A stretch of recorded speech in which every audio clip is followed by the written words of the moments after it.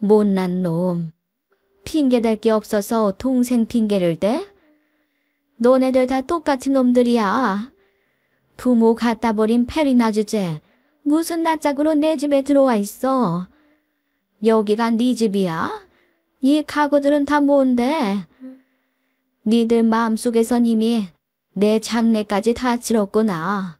이 썩을 놈들. 엄마, 이거 더 오해야. 그리고 말이 너무 심하잖아요. 패륜이라니. 이게 패륜이지. 그럼 뭐가 패륜이냐? 돈이 그렇게 탐났니? 엄마를 죽여서라도 족발집을 갖고 싶었어. 네가 그러고도 사람이니? 내가 널 그렇게 키웠어? 아이씨, 듣자니까 말이 좀 심하네. 그러게 우리 말을 잘 들었어야지. 엄마야말로 다 늙어서 돈 욕심 부리다가 그렇게 된 거 아니에요. 안녕하세요. 저는 서울에 살고 있는 70대 여성입니다. 여러분은 장충동 하면 무엇이 제일 먼저 떠오르시나요? 맞습니다. 장충동 하면 족발이죠. 저는 족발로 유명한 장충동에서 30년 넘게 족발집을 운영해왔습니다. 오래된 노포라 10년 넘은 단골분들도 자주 오시고 요즘은 인터넷 검색으로 젊은 사람들도 많이 찾아오고 하더라고요. 여기가 제대로 된 맛집이라면서요. 평생 자식 넷과 족발집 하나 키워온 것이 제 인생에서 유일한 자랑거리인데 얼마 전 저는 자식도 가게도 모두 잃을 뻔한 아주 끔찍한 일을 겪게 되었습니다. 저에게 도대체 얼마나 기막힌 일이 있었던 건지 지금부터 이야기 들려드리도록 하겠습니다. 저는 어려서부터 집안이 가난해 입이라도 하나 덜어야 한다는 책임감으로 아주 어린 나이에 시집을 갔습니다. 요즘이야 비혼이다 뭐다 결혼 안 하고 사는 젊은이들도 많지만 저희 세대 때만 해도 집안이 어려워서 일찍 결혼하는 일이 비일비재했잖아요. 살림이 어려워 서두른 결혼이다 보니 당연히 시댁의 사정도 여의치 않았습니다. 남편은 일찍 부모님을 여의고 배운 것 없이 남의 논밭을 빌려 농사를 짓는 소작농이었어요. 저도 남편의 농사일을 돕고 밤에는 삭바느질을 해가며 없는 살림에 아이를 넷이나 낳아 열심히 키웠습니다. 그 시절에는 자식도 재산이라 없는 살림에도 자식을 많이 낳는 것이 복이라 여겼거든요. 그런데 넷째를 낳고 얼마 되지 않아 커다란 불행이 저희 집에 닥쳐왔습니다. 남편이 갑자기 쓰러져서 영영 일어나지 못하고 세상을 떠나고 만 것이었어요. 의지할 사람이라곤 남편밖에 없었는데 갑자기 혼자서 넷이나 되는 자식들을 책임질 생각에 눈앞이 깜깜하더군요. 저는 남의 집에 가서 집안일을 하는 식모살이를 하기도 하고 시장 앞 길바닥에 좌판을 버려놓고 음식을 팔기도 하며 간신히 생계를 이어나갔네요. 그러던 어느 날이었습니다. 아줌마, 어제도 애들 밥 굶던데 이거나 가져가서 먹여봐요. 이건 고기 아닌가요? 아이고 사장님 감사합니다. 정말 감사해요. 돼지족인데 정육하고 남은 거라 어차피 우린 못 팔아서 드리는 겁니다. 아줌마 음식 솜씨 좋으니까 맛있게 잘 삶아서 애들 먹이세요. 시장에서 푸족간을 하시던 사장님이 저를 딱하게 보시고는 돼지 앞발 뒷발을 검은 봉지에 싸서 제게 안겨주시더라고요. 넉넉하게 챙겨주신 덕에 푹 구워 삶아서 아이들을 먹이고도 한참이 남았습니다. 그래서 저는 다음날 남은 족발을 좌판에 갖다 놓고 팔기 시작했습니다. 그런데 그날 족발이 아주 불진하게 잘 팔리는 것이 아니겠어요? 순간 이거다 싶더군요. 그래서 그 이후로는 푸족간 사장님께 돈을 드리고 돼지 앞발 뒷발을 싸게 사서 족발을 만들어 팔았어요. 장사가 잘 되다 보니 얼마 안 돼 제대로 된 가게로 들어갈 수 있게 되었고 그렇게 30년을 장사하니 나중에는 내 소유의 건물도 생기더군요. 사장님이 주신 검은 봉지 하나로 인생이 바뀐 셈이었습니다. 물론 장사가 항상 평탄하게 잘 되기만 했던 것은 아니었습니다. 힘들 때도 많았지요. 그래도 다행인 건 큰딸이 심성이 곱고 저를 생각하는 마음이 깊어서 마지로서의 책임을 다하고 동생들을 건사해 주었다는 것이었어요. 제가 가게에 붙어 밥도게 일하는 동안 마치 엄마처럼 첫째는 동생들 밥도 챙겨주고 집안일도 알아서 해놓던 착한 아이였습니다. 밑에 딸린 남동생 셋을 전부 대학 보낸다고 본인은 고등학교 졸업하자마자 취업 전선에 뛰어들었고요. 매달 열심히 일해서 번 돈은 한 푼도 빼놓지 않고 제게 전부 갖다 주기도 했어요. 동생들 학비로 쓰라면서요. 그렇게 속 깊은 큰딸이 있어서 저도 지치지 않고 족발 장사를 지금까지 이어올 수 있었던 것 같아요. 아들 셋도 모두 대학을 보냈고요. 그런데 막내가 대학에 입학하던 해 큰딸이 갑자기 할 말이 있다면서 장사가 끝난 족발집에 누군가를 데리고 오더군요. 저는 딸과 함께 들어온 남자의 얼굴을 보고 화들짝 놀랄 수밖에 없었습니다. 아니, 총각이 여긴 웬일이에요? 시간이 늦었는데 택배 일이 아직 안 끝났어요? 어머니 놀라셨죠? 오늘은 택배 때문에 온 거 아니고요. 식사하러 온 것도 아니에요. 저 사실 따님과 몰래 만나고 있었습니다. 반대하실까봐 말씀을 못 드렸는데 정식으로 인사드리고 결혼을 허락받으려고 왔어요. 택배기사 총각은 저를 보면서 환하게 웃더군요. 그 총각은 거의 매일 점심때마다 우리 집에 찾아왔던 단골이었는데 가게 일을 도와주려고 자주 나와 있던 큰딸과 마음이 통했는지 저 몰래 만나고 있던 모양이었네요.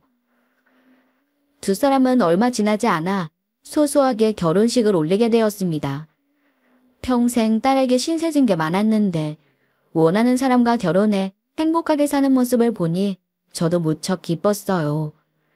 다만 지금처럼 족발집으로 큰돈을 벌 때가 아니라서 금전적으로 지원을 많이 못해준 것이 미안할 따름이었죠.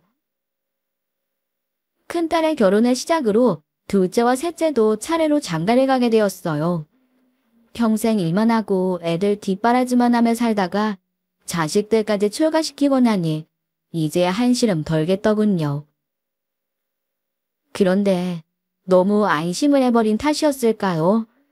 평소처럼 지하철역 계단을 오르내리고 있는데 갑자기 허리가 삐끗하더니 움직일 수 없을 정도로 통증이 느껴지는 겁니다.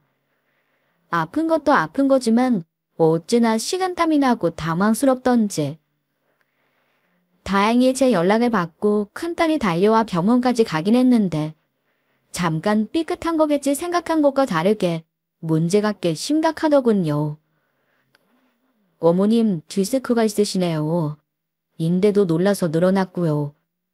한두 달은 푹 쉬셔야 낫겠습니다. 아니, 허리 좀 삐끗한 거 가지고 한두 달이나 쉬어야 한다고요? 저 장사해야 해서 가게 문을 그렇게 오래는 못 닫아요. 장사보다 어머님 건강이 우선이시죠. 잠깐 휴업을 하시든가 자식들에게 맡기든가 하셔야 할 것 같습니다. 지금 제대로 걷지도 못하시는데 무리해서 움직이시면 디스크가 터질 수도 있어요. 그때는 수술을 해도 좋아진다고 장담하기 힘듭니다. 의사는 제 허리에 문제가 있다면서 무조건 일을 쉬라고 겁을 주더군요. 하지만 말이 쉽지 장사를 2달씩이나 쉬는 게 그리 쉬운 일인가요? 손해보는 매출만 해도 한두 푼이 아니지만 가게에서 일하는 직원들 월급은 또 어쩔 것이며 냉장고에 가득 들어있는 식재료를 몽땅 버리는 것도 못할 짓이고요. 고민 끝에 저는 차라리 이참에 가게를 아이들에게 물려줄 결심을 하게 되었습니다. 그동안 하루도 못 쉬고 일만 하느라 어느새 나이를 이렇게나 먹었는데 이제는 좀 쉬어도 되지 않나 하는 생각이 들기도 했고요. 아이들을 불러 모아놓고 가게 이야기를 하자 모두들 반색을 하며 잘 생각했다고 한 입으로 말을 하더군요. 그래요, 엄마. 그동안 일하느라 엄마 몸 돌볼 시간도 없었잖아. 더 크게 아프기 전에 우리들한테 일 넘기시고 좀 쉬세요. 누나 말이 맞아. 내가 주말마다 와서 일 도와보니까 이거 보통 일이 아니더라.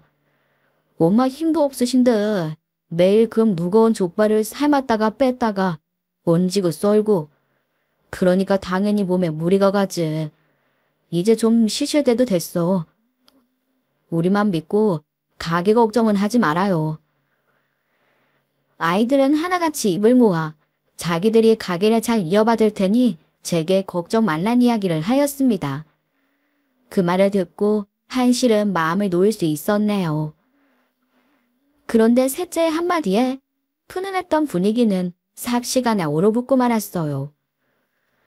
그럼 가게는 정확하게 누가 물려받는다는 거야? 우리 넷이 전부 다 나와서 일할 순 없잖아. 그거야. 당연히 큰아들인 내가 물려받는 거 아닌가? 셋째 물음에 둘째가 먼저 잽싸게 대답을 하더군요. 그러자 막내가 어이없다는 표정으로 대들고 나섰습니다.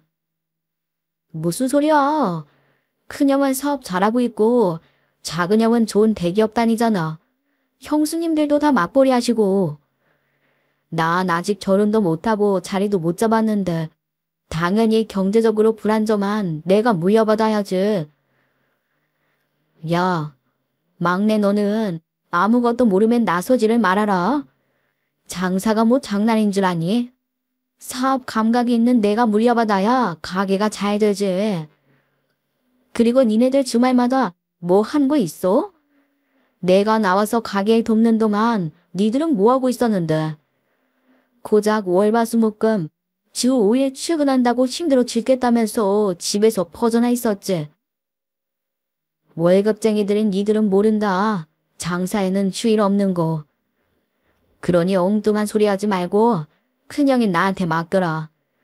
내가 잘 운영해서 너네들 조금씩 나눠줄게. 형, 지금 장난해. 형은 사업해서 지금도 우리 같은 월급쟁이들보다 돈 잘 벌잖아. 무슨 돈 욕심이 그렇게 많아. 가게를 누가 갖느냐 하는 문제로 집안은 순식간에 난장판이 되고 말았습니다. 정작 가게 주인인 저의 의견은 하나도 중요하지 않은 것처럼 보이더군요. 솔직히 말해 저는 내심 가게를 큰딸이 맡아주길 바라고 있었습니다. 큰딸도 저를 닮아 손맛이 좋아서 시장에서 작게 분식집을 하고 있거든요. 하지만 정작 큰딸은 아들들끼리 피 터지게 싸우는 동안 한 발 뒤로 물러나 싸움을 지켜만 보고 있더군요. 다들 조용히 해라. 너네 지금 이게 뭐 하는 짓이야? 벌써 가래가 니들 거야? 내 의견이 중요하지. 니들끼리 싸운다고 뭐가 해결돼? 아니 나는 애들이 아무것도 모르면서 나대니까 형으로서 가르쳐주려고 한마디 한 거죠. 그래요. 엄마 의견은 어떤데? 당연히 큰아들인 내가 물려받는 게 맞는 거지? 솔직한 말로 나는 큰딸인 영숙이가 물려받았으면 한다. 영숙아, 네 생각은 어떠니? 저는 보다 못해 대놓고 큰딸에게 물어보았어요. 그런데 큰딸은 난색을 표하더니 고개를 젓더군요. 난 지금 내 가게 하나만 감당하기에도 벅차서 남편도 택배 배달하느라 너무 바쁘고 나까지 바빠지면 애들이 너무 힘들어질 것 같은데. 난 괜찮으니까 동생들한테 기회를 주세요, 엄마. 정말 괜찮겠어? 솔직히 너네 넷 중에 네 형편이 가장 빡빡하잖니. 그리고 식당은 음식 맛을 내는 재주가 있어야 하는데 이 중에선 네가 제일 음식 솜씨가 낮기도 하고. 음식 맛은 엄마가 잘 알려주시고 또 잘 배우면 동생들도 따라할 수 있을 거예요. 난 진짜 괜찮아. 큰딸이 그렇게까지 말을 하니 저로서도 별 수가 없더라고요. 저는 다시 고민에 빠졌습니다. 장사가 잘 되는 식당이니 돈 욕심이 나서 다들 그런다는 걸 이해 못할 바는 아니었어요. 하지만 엄마 된 입장으로 그깟 돈 때문에 서로 간의 우애가 산하는 모습을 보는 것도 마음이 좋지 않더라고요. 저는 한숨을 쉬고 어렵사리 결정을 내렸습니다. 어쩔 수 없구나. 누구 한 사람한테 물려준다고 하면 나머지들이 반대할 게 뻔하니 그냥 팔아버리는 게 낫겠다. 식당은 처분하기로 하고 권리금 받으면 똑같이 4등분해서 나눠주마. 엄마, 지금 족발집 하루 매칭이 얼만 줄은 알고 그런 말을 해요. 그걸 왜 팔아요? 자식들한테 물려주는 게 맞지? 그럼 뭐 어쩌냐. 이렇게 다퉈서는 영원히 결론이 안 나지 않니? 뭐 좋은 생각이라도 있어? 그러지 말고 이렇게 해요. 각자 한 달씩 돌아가면서 가게를 맡아보는 거예요.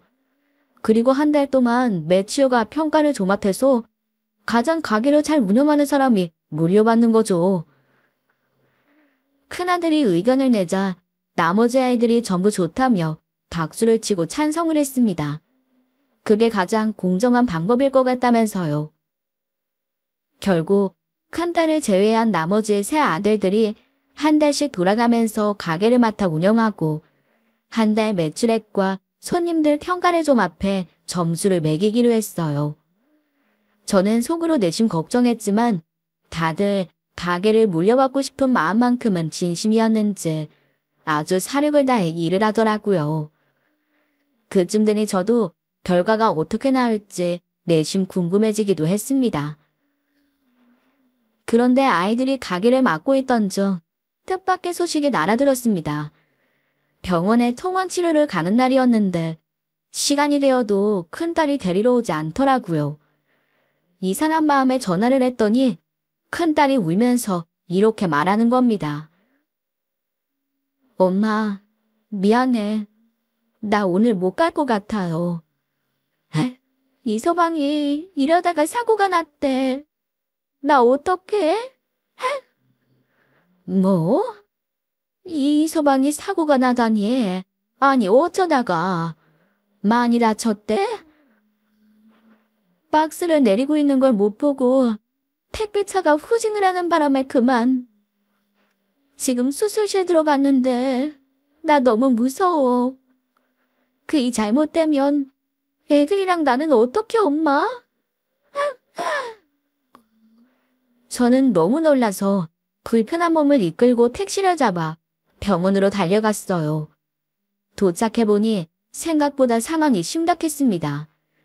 수술은 무사히 끝났지만 의사의 말을 들어보니 영구적인 장애가 남을 거라더군요. 큰딸은 망연자실해서 한참을 병원 복도에 주저앉아 있다가 퍼뜩 정신이 들었는지 아이를 데리러 유치원으로 달려갔습니다. 그 모습을 보고 있으니 마음이 찢어지는 것만 같더군요. 마치 제가 그 나이 때 남편 없이 아득바득 살던 모습을 보는 것만 같아서요. 큰 사이가 교통사고를 당하고 얼마 있지 않아 약속했던 석 달의 평가 기간이 끝나게 되었습니다. 저는 가족회의를 해야겠다며 아들들을 집으로 불러 모았어요. 큰딸은 큰 사위를 강의하러 병원에 가 있느라 참석하지 못했고요. 아들들은 내가 더 잘했다. 아니다, 내가 더 잘했다. 서로 자기가 가게를 물려받게 될 거라며 기싸움을 하더군요. 저는 차분한 목소리로 그동안의 평가 내역이 적힌 종이를 들고 결과를 발표했습니다. 그동안 수고했다. 너네들 셋 다 훌륭하게 가게를 꾸려주어서 다행히 손님들도 만족스럽게 식사를 하신 모양이다. 내가 운영할 때에 비해서 매출도 크게 떨어지지 않았고 맛이 변했단 말도 거의 없더구나. 그만큼 애써준 것만으로도 나는 너무나 만족스럽다. 다들 애썼어. 당연하죠, 엄마. 우리가 얼마나 열심히 했는데요. 그래서 누구 매출이 1등이에요? 당연히 저죠. 그게 사실 세 사람 다 비등비등해서 우열을 가리기가 어렵구나. 그래서 말인데 너네들이 애써준 것은 고맙다만 족발집 그냥 큰 누나한테 맡기는 건 어떻겠니? 네? 아니, 그게 갑자기 무슨 말씀이세요? 누나는 처음부터 빠지겠다고 했잖아요. 부담스럽다면서요. 본인이 싫다는데 왜 굳이 싫다는 사람한테 가게를 물려주려고 그러세요? 얼마 전 니들 매형한테 큰 사고가 있었지 않니? 멀쩡히 잘 뛰어다니던 사람이 장애가 생겨서 이제 제대로 걷지도 못하게 됐는데 네 누나가 얼마나 속이 너덜너덜 하겠어. 시장 구석에서 떡볶이 파는 걸로는 도저히 생계 유지가 안 될 텐데 이제부터 누나가 가장인데 식구들 먹여 살리려면 누나한테 족발집 주는 것 말고 대안이 없잖니. 아니, 그건 누나가 알아서 할 일이죠. 저희도 먹고 살기 어려워요. 심해 부친다고요. 엄마는 어떻게 누나만 예뻐하고 누나만 생각하세요. 맞으라고 차별하시는 거예요, 지금? 생각보다 아들들의 반발은 거셌습니다. 제가 큰딸이 맞으라고 편애한다고 생각하더라고요.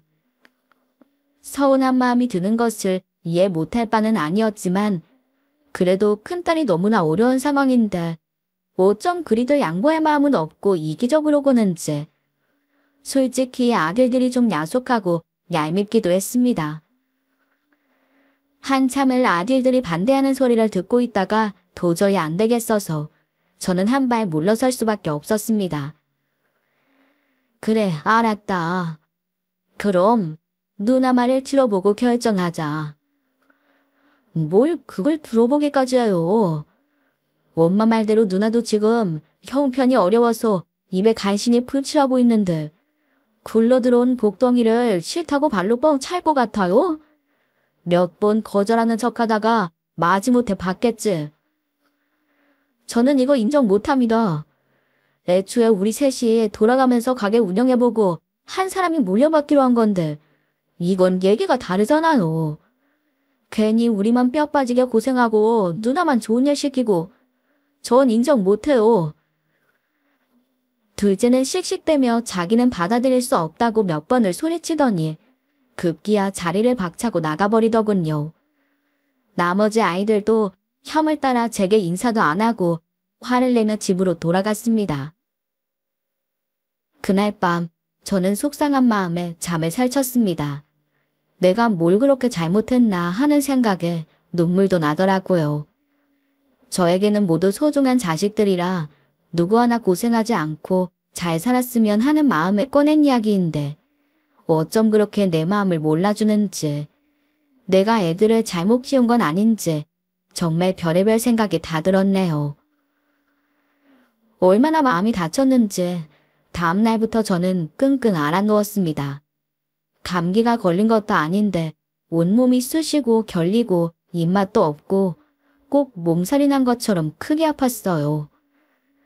그동안은 매일같이 제게 전화를 해서 오늘 자기가 가게에서 뭘 했고 손님을 얼마나 받았으며 사소한 일까지 미주알 고주알 전부 다 보고하던 아들들이 정작 제가 아플 때는 전화 한 통 없고 들여다보지도 않더군요.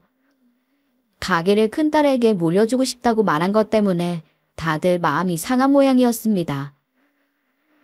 서러워서 밥도 못 먹고 끙끙 앓고만 있는데 전화가 한 통 걸려왔습니다. 큰딸이었어요. 그래. 영숙이니? 무슨 일로 전화를 다 했어? 한참 일할 시간이잖니. 잠깐 쉬고 있었어요. 근데 엄마, 목소리가 왜 그래? 어디 아파? 그냥 몸이 좀 안 좋네. 원래 이 나이 되면 가만히 있다가도 아프고 안 아픈 날이 더 드물고 그런 거야. 걱정하지 마라. 아, 혹시 동생들 때문에 그래요? 도대체 무슨 일이 있었던 거야? 나 어제 전화통에 불나는 줄 알았잖아. 애들이 하도 전화를 걸어대서.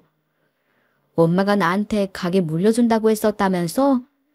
누나가 엄마 꼬셨냐고 무슨 수를 쓴 거냐면서 끈질기게 물어보는데 너무 귀찮아서 나중엔 다 차단해버렸지 뭐야. 혹시 애들이 엄마도 그렇게 괴롭혀요? 괴롭히기는 그런 거 없다. 그냥 환절기라 몸이 좀 안 좋은가 봐. 너무 걱정하지 말고 이 서방이나 잘 챙겨주렴. 그래요. 내가 일 마치고 잠깐 시간 내서 약사 갈게. 밥이라도 잘 챙겨 드세요. 그리고 난 진짜 괜찮으니까 족발집 나한테 주지 않아도 돼, 엄마. 애들이 엄마 마음 몰라준다고 너무 속상해하지 마. 걔들도 자식 키워보면 나중에 다 엄마 마음 알게 될 거야. 알았지? 큰딸은 어른스럽게 제 마음을 위로해주면서 전화를 끊었습니다. 역시 엄마 마음을 알아주는 건 딸밖에 없더라고요. 덕분에 조금 기운을 내서 밥도 한 숟갈 뜨고 기운을 차려보려는데 다시 전화가 걸려왔습니다. 이번에는 큰딸이 아닌 큰아들의 전화였어요. 엄마, 저예요. 어제는 죄송했어요. 진짜 열심히 했는데 헛수고가 된 것 같아서 너무 속상해서 그랬어요. 그래, 네 마음 다 이해한다. 내가 갑자기 말을 바꾸니 너도 속이 상했겠지. 그래서 무슨 일이냐? 설마 가게 달라고 전화한 거냐? 에이, 엄마도 참. 그게 아니라 곧 엄마 생신이시잖아요. 엄마도 이제 칠순인데 우리 가족들 다 같이 모여서 여행을 한번 다녀오면 어떨까 해서요. 여행? 아휴, 됐다. 다 늙어서 여행은 무슨. 집에서 아무것도 안 하고 가만히만 있어도 온몸이 쑤신데. 나는 됐으니까 너네들끼리 다녀오렴. 엄마 칠순인데 엄마가 안 간다는 게 말이 돼요? 엄마 솔직히 그동안 가게 일 때문에 하루라도 마음 편히 쉬어본 적이 없잖아요. 우리끼리 가족여행 다녀온 적도 없고요. 이번이 아니면 영영 기회가 없을 수도 있는데 싫다고만 하지 마시고 다 같이 다녀와요. 저는 거듭 싫다고 했지만 큰아들은 저를 끈질기게 설득했습니다. 이야기를 듣다 보니 큰아들의 말에도 일리가 있더군요. 그동안은 먹고 살기 바빠서 여행 같은 건 생각도 못했거든요. 당연히 가족여행을 다녀온 적도 없었고요. 이 나이 먹고 다 늙어서 여행 같은 걸 가서 뭐하나 싶다가도 죽기 전에 아이들과 손주들과 함께 근사한 곳에서 가족사진이라도 한 장 찍고 싶다는 생각이 들기도 했네요.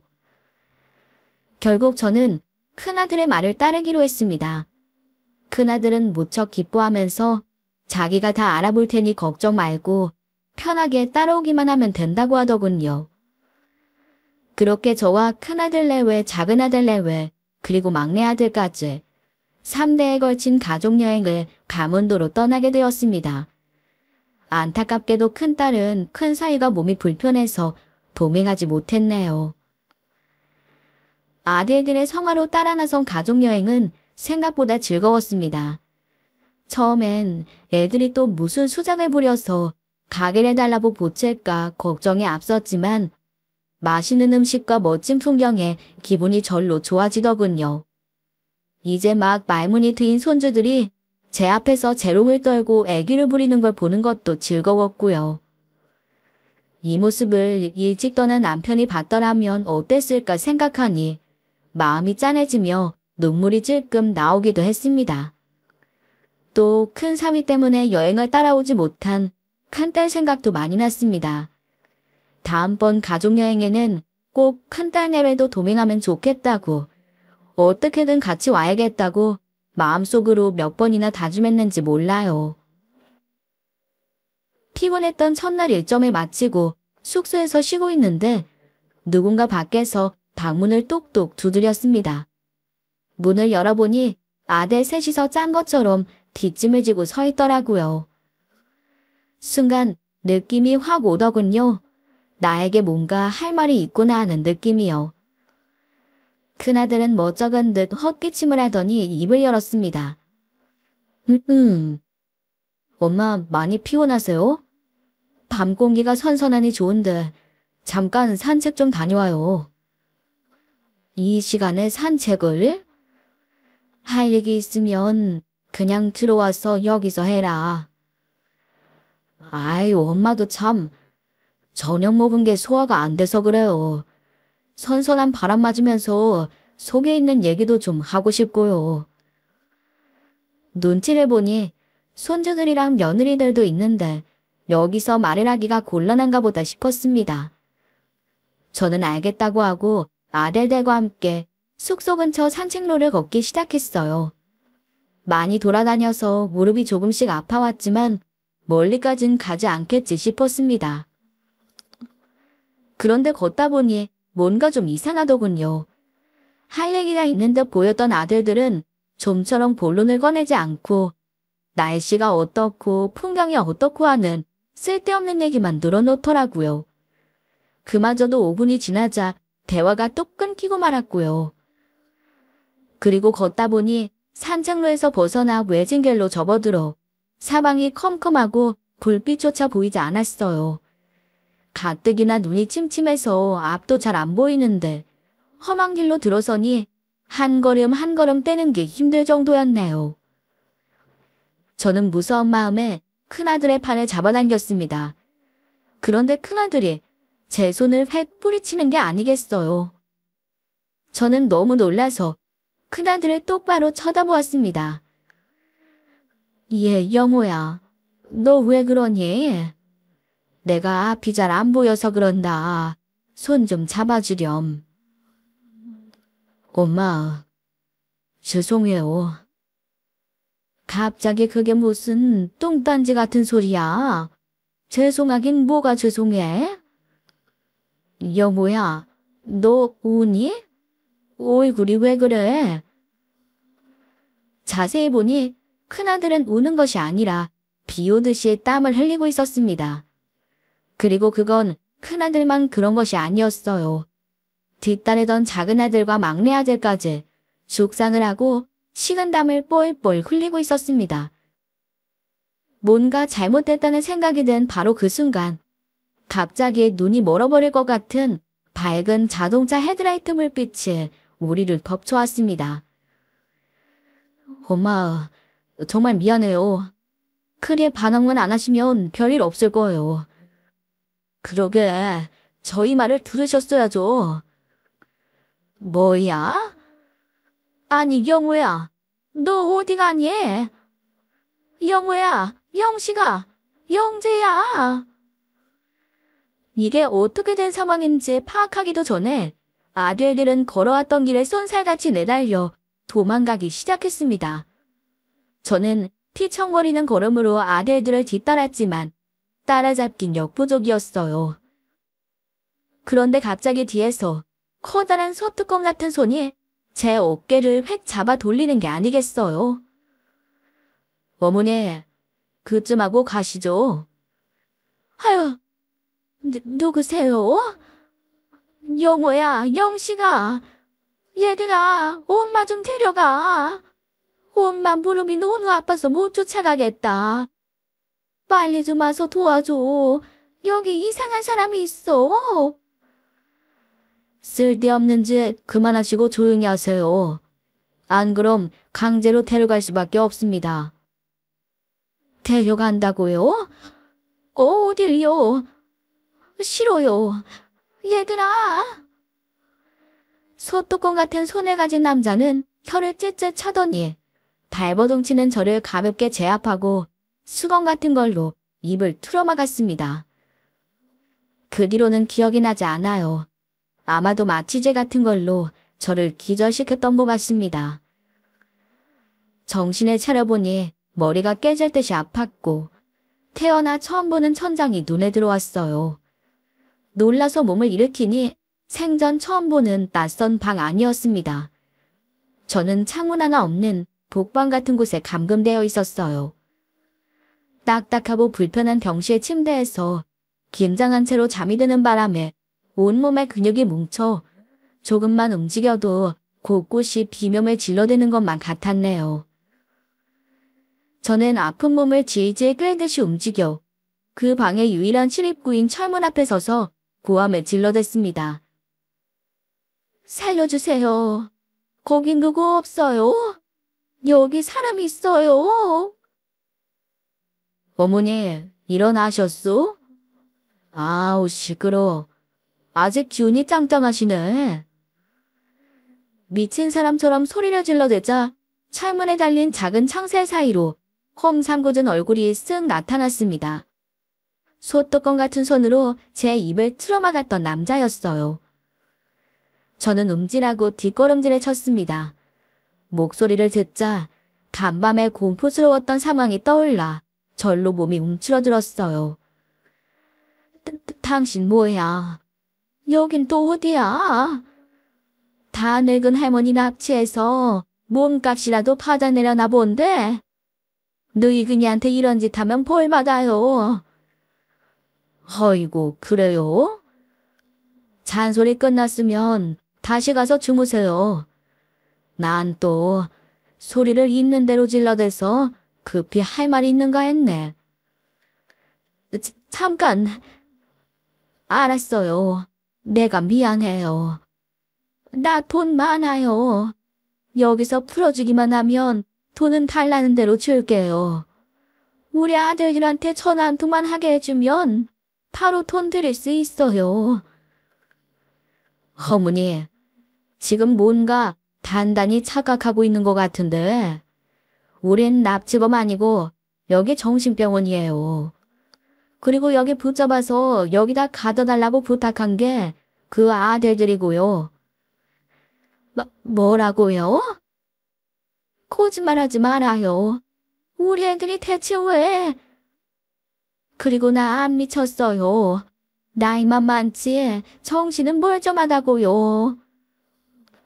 당연히 그렇겠죠. 여기 갇힌 사람들 중에 제정신 아닌 사람 한 명도 없어요. 들어와서 정신이 나간 사람들은 덜어 있다. 여기는 어머니가 생각하시는 그런 정신병원이 아니라 웅지에서 불법으로 운영하는 곳이니까. 여기 찾아오는 사람들은 다 똑같아요. 가족들 버리고 유산이나 챙기고 싶은데 마땅한 구실이 없으니까 우리 같은 사람들한테 의뢰해서 여기다 가둬두고 피말라 죽을 때까지 기다리는 거지. 그러니까 헛된 희망 품지 말고 웬만하면 조용히 계세요. 우리가 천천히 지게드릴게. 어머니가 돌아가셔야 저희가 1억을 받거든요. 저는 너무 놀라 아무 말도 할 수 없었습니다.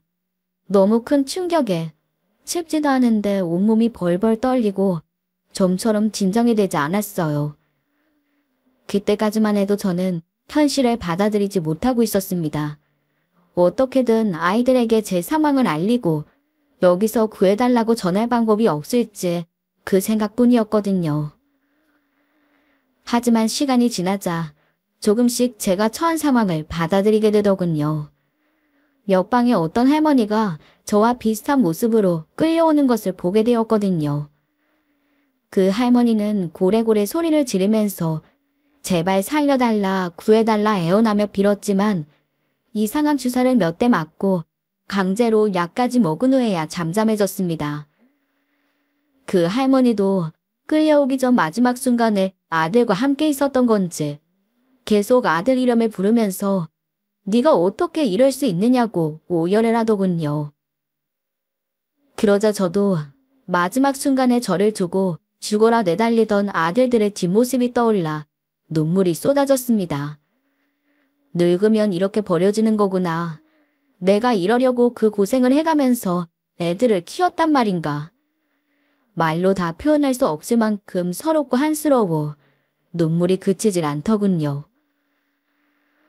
험상궂은 남자의 말처럼 이곳에서의 생활은 피가 말라 죽어가는 과정 그 자체였습니다. 밥은 하루에 한 끼만 나왔고 침대에 누워있는 것 말고는 아무것도 할 수 있는 게 없었어요. 가끔 누군가 무모한 탈출을 시도하거나 발악을 하는 일도 있었지만 죽기 직전까지 두드려 맞을 뿐이었네요. 그런 환경 속에 있다 보니 저 역시도 더 이상 살고 싶지가 않으시더군요. 어느 순간부터 저는 식사를 거부하기 시작했습니다. 그렇게 며칠이 지났을까요? 희미한 정신으로 딱딱한 침대에 누워있는데 누군가 저를 부르는 것이었어요. 처음엔 잘못 들었나 했는데 귀를 기울여 보니 철문 앞에서 젊은 남자의 목소리가 들려왔습니다. 할머니, 할머니 주무세요? 일어나 보세요. 정각, 무슨 일인데 그래요? 일어날 기운도 없는데. 그러게 왜 식사를 안 하셨어요? 벌써 3일째 식사를 안 드시고 계시잖아요.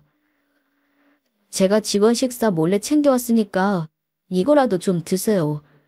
그러다 정말 큰일 나요.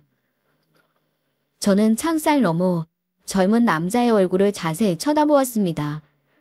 가까이에서 보니 생각했던 것보다도 더 나이가 어려 보이더라고요. 이제 갓 20이 되었을까? 옷차림을 보니 이곳에서 배식을 담당하고 있는 계약직 직원 같았습니다. 저는 얼결에 남자가 창살 넘어 넘겨준 검은 봉지를 받았습니다. 봉지 안에서는 기름지고 고소한 고기 냄새가 났어요. 여기 감금된 사람들에게는 정말 죽지 않을 만큼만 밥을 줘서 항상 묽은 죽과 삐들삐들한 채소만 먹었는데 직원 식사로는 고기도 나오는구나 싶었습니다. 그런데 정말 신기한 건 고기 냄새를 맡으니 거짓말처럼 잃었던 식욕이 돌아오더라고요. 순간 저도 모르게 침이 나와 깜짝 놀라고 말았습니다. 마음은 고마운데 내가 그쪽을 어떻게 믿고 이걸 먹어요? 그쪽도 여기서 일하는 직원이잖아요. 음식에 독이라도 들었으면 어쩌려고. 의심스러우면 안 드셔도 괜찮아요. 저는 정말 할머니가 걱정되어서 그러는 거예요. 돌아가신 저희 할머니랑 너무 닮으셔서요. 할머니? 할머니가 돌아가셨어요? 네. 부모님이 안 계셔서 할머니의 할아버지 손에 컸는데 할머니는 돌아가시고 할아버지는 지금 많이 아프세요. 그래서 제가 돈을 벌고 있고요. 암튼 식사는 꼭 하세요.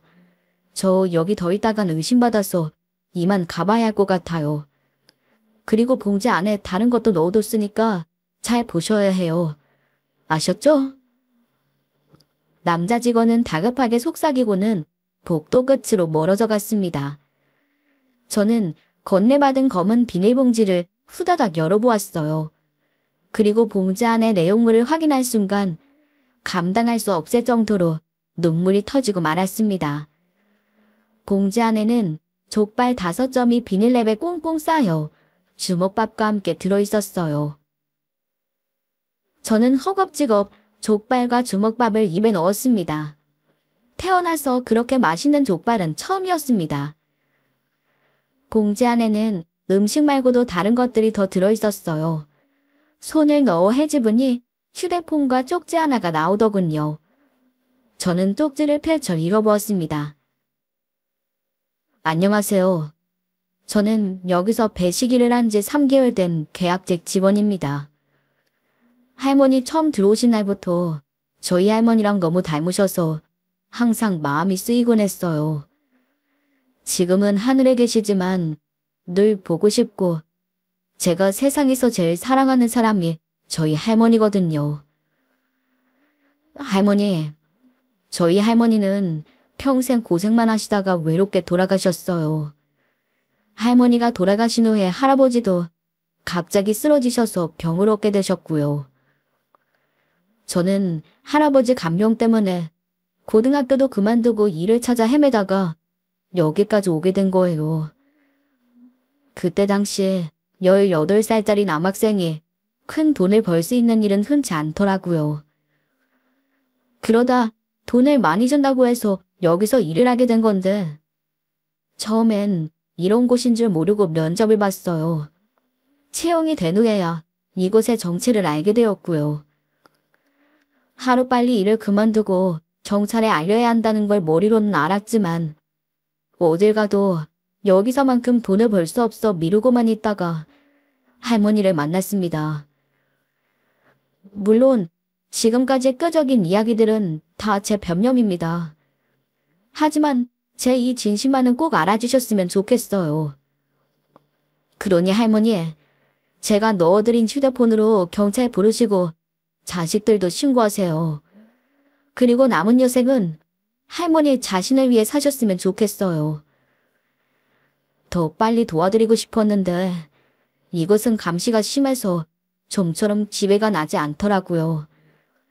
저도 목숨 걸고 도와드리는 거니 꼭 성공하시기를 바래요. 건강하세요. 그리고 오래오래 사세요. 쪽지의 마지막에는 정신병원 주소와 전화번호까지 적혀 있었습니다. 저는 복도에 사람이 오가는지 살핀 후 손을 벌벌 떨며 112에 전화를 걸었어요. 그리고 울먹이는 목소리로 제발 살려달라고 도와달라고 수도 없이 빌고 또 빌었습니다. 제가 하도 횡설수설하니까 경찰에서는 처음엔 제가 미친 사람인 줄 알았던 모양이에요. 하지만 제가 어느 정도 진정이 되자 제 이야기를 듣고는 고통일이 아니라 여겼는지 절대 전화를 끊지 말라고 하면서 주소를 묻더니 금방 오겠다고 저를 안심시켜주더군요. 그리고 10분 정도 지났을까요? 밖에서 요란한 소리가 나더니 정말 경찰들이 들이닥치기 시작했습니다. 그 10분이 저에게는 마치 10년 같은 시간이었네요. 할머니 괜찮으세요? 아이고 살았네. 감사합니다. 감사합니다 정말. 어디 다친 데는 없으세요? 일단 병원으로 모셔드릴게요. 천천히 나와보세요. 저 그보다 우리 아들들 좀 잡아주세요. 저희 여기 가둬두고 죽여달라 사주한 게 우리 아들들이에요. 1억을 주겠다고 했대요. 걔들 먼저 잡아 가두지 않으면 내가 무서워서 집에 못 들어갈 것 같아서 그래요. 경찰은 제 이야기를 듣더니 저를 서로 데려가 먼저 진술서를 작성하고 그 다음에 병원으로 데려다 주었어요. 다행히 몸이 좀 쇠약해졌을 뿐 큰 이상은 없다고 하더군요. 영양제 수액을 한 팩 다 맞고 난 후에야 저는 경찰관의 도움을 받아 한 달 만에 서울집으로 돌아가게 되었습니다. 아파트 앞에 내리는데 도무지 현실감이 없더군요. 진짜로 집으로 돌아왔다는 사실이 믿기지 않았어요. 하지만 그보다 더 믿기지 않을 일이 남아 있었습니다. 아파트 현관 비번을 누르고 들어가자 어처구니 없게도 큰아들 내외가 제 집에 떡하니 들어앉아 있더라고요. 엄마, 아니 어떻게 거기서 나오신 거예요? 엄마? 난 너 같은 아들 존재가 없다. 돈에 눈이 돌아서 부모를 갖다 버려. 그것도 그런 불법 시설에. 엄마, 나도 그건 진짜 아니라고 생각했는데 자꾸 영식이가 그러자고 밀어붙이니까. 김영호 씨? 경찰청에서 나왔습니다. 김영호 씨 본인 맞으시죠? 뭐야? 당신들 진짜 경찰 맞아? 존속 유기 혐의와 존속 체포 감금 혐의로 긴급 체포하겠습니다. 묵비권을 행사할 수 있고 지금부터의 발언은 법정에서 부유하게 사용될 수 있습니다. 또 변호인을 선임할 수 있고 변호인이 없으면 국선 변호인 선임될 수 있습니다. 아셨죠? 자, 이제 갑시다. 경찰은 큰아들을 체포해 데려갔습니다. 큰아들만이 아니었어요. 작은 아들과 막내 아들도 차례로 구속이 됐습니다. 나중에 안 사실이지만 아들들이 범행을 사주한 정신병원이 워낙 악명 높고 피해자가 많은 곳이더라고요. 이후에 뉴스에 보도가 될 정도로 큰 사건이었네요. 하지만 부모에게 그런 천하의 몹쓸 짓을 저지른 대가는 생각보다 초라했습니다. 큰아들은 징역 2년, 작은 아들과 막내 아들은 징역 1년 6개월을 선고받았어요. 그마저도 형이 너무 무겁다고 전부 항소를 한 상태고요. 벌을 받은 것은 아들들만이 아니었습니다. 불법 정신병원을 운영하던 사람들과 거기에서 일을 하던 사람들도 모두 처벌을 받게 되었어요. 그 중에는 저를 구해준 남자 직원도 있었습니다. 다행히 그 남자 직원은 계약직으로 일을 하고 있었고 일을 한 지 3개월밖에 안 됐던지라 참작이 되어 선고 이해가 되어 풀려나게 되었어요. 저는 수소문 끝에 저를 구해준 그 남자 직원을 다시 찾게 되었습니다. 할머니, 오랜만에 봬요. 건강은 괜찮으세요? 덕분에 아주 건강해요. 그때는 경황이 없어서 내가 인사도 못했는데 정말 고마워요. 덕분에 그 끔찍한 곳에서 죽지 않고 살아나왔어요. 아니에요. 제가 신고를 했으면 일이 더 수월했을 텐데 저도 생계가 걸린 일이라 그러지 못했어요. 죄송해요. 죄송하긴 목숨 걸고 도와준 덕분에 많은 사람들을 살렸잖아요. 우리 모두의 생명의 은인인데 죄송할 게 뭐가 있어요.